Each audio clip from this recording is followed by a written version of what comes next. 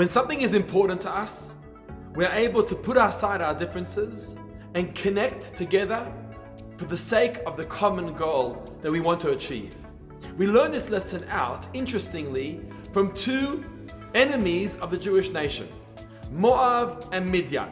You see, Moab and Midian were arch enemies between one another. They were continuously at battle between one another. But nonetheless, when the Jewish people were approaching them, as we traveled through the desert for 40 years and we're finally about to arrive to the promised land, Moab hears that the Jewish nation is approaching. And so the king of Moab, called Balak, sends a message to Midian, to the prophet called Bilam, and says to Bilam, please come and help me curse the nation of Israel.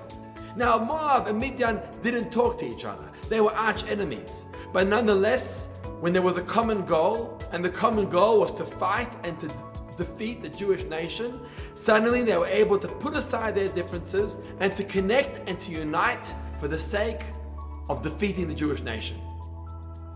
From them we learn how powerful a common goal is. And from them we learn how our differences means nothing when it comes to accomplishing and achieving that common goal. Among the Jewish community, we also have our differences. Differences in customs, differences in the nusach of our davening.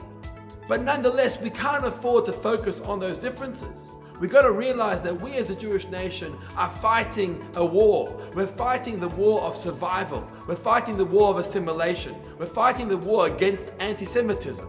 We don't have time for differences. We've got to learn from our enemies, Moab and Midian, how to put aside our differences between us all and to connect and to unite for the sake of the common goal of the future of Am Yisrael. Shabbat Shalom.